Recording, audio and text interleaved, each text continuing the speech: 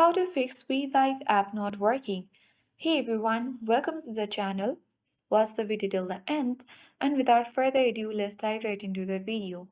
First of all, you need to make sure you are using the latest version of the app. Open App Store on your device. Tap search icon at bottom right corner and search for Revive app.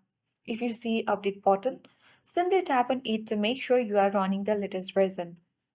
But if you still encounter these issues, go to Device Settings, scroll all the way to General and tap on it, then go to iPhone Stories. You need to search for Revive mobile app, and on your screen you need to tap on Offload app. Tap again to confirm, and then a reinstall button will show up. Tap on it to reinstall app. If this doesn't work for you, simply tap delete app to uninstall and reinstall from your app store. So that's how we fix Revive app not working. I hope this guide was helpful. If it was, then do like, share, comment, and don't forget to subscribe. Thank you for watching and see you in the next video.